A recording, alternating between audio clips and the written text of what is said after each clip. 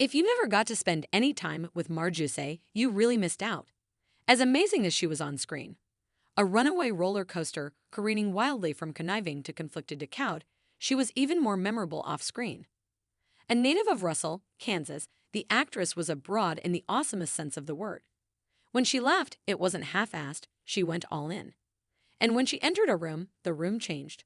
On a dime. Part of that was Ducey's beauty. She was a knockout whose appeal only increased with the number of candles on her birthday cakes. But beyond that, well beyond that, she radiated an energy that rippled around her like a force field. You couldn't help but be captivated, to want her to like you. Hell, just to notice you. She had it.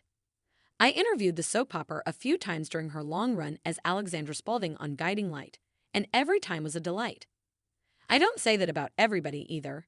She was forthright and funny, and so well-versed in the slings and arrows of showbiz, she could recite the rulebook from memory. And man, was Ducey present. She didn't walk through the world. It seemed to me, the world revolved around her, and happily so. Dining with her in Manhattan was one of the few occasions I didn't look around to see what celebrities might be getting their chow on. There couldn't have been anyone there more captivating than my own dinner companion. Lathering up, and away, needless to say, Ducey's career extended well beyond daytime. In the 1960s, the rising star appeared in Clambake with Elvis Presley, TV westerns like Bonanza and The Wild Wild West, and a particularly memorable episode of Star Trek. See above. She continued down the guest star route in the 1970s and 80s, adding everything from Mannix to the facts of life to her resume. But once Ducey made her daytime debut, replacing the late Carolyn Morticia Adams Jones as capital scheme Queen Myrna Clegg, she was, for all intents and purposes, home. Soapdom embraced her like an old friend and teed up one glorious role after another. After Before Its Time, DC set Sudser Capital was canceled. Ducey slayed as Mason Capwell's Crazy Like a Fox mother, Hamla Capwell on Santa Barbara, did the impossible and succeeded the estimable Beverly McKinsey as Alexandra on Guiding Light, and gave a stylish flair to insanity as Josh Duhamel's All My Children Mommy Dearest, Vanessa Bennett.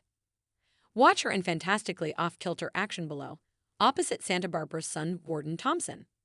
One of a kind, Vincent Arizari played Ducey's offspring on not one but two soaps.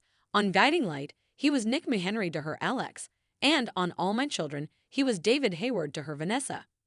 In his estimation, she was a force of nature as an actress, courageously pulling out all the stops in whatever role she was gracing us with. I reached out to her a couple months back, having heard that she was having a difficult time with some physical challenges as of late. He added after learning that we had lost her. I'm grateful to have heard her voice one last time, to have heard her infectious laughter one last time. Rip, darling Marge. Your gift was our blessing.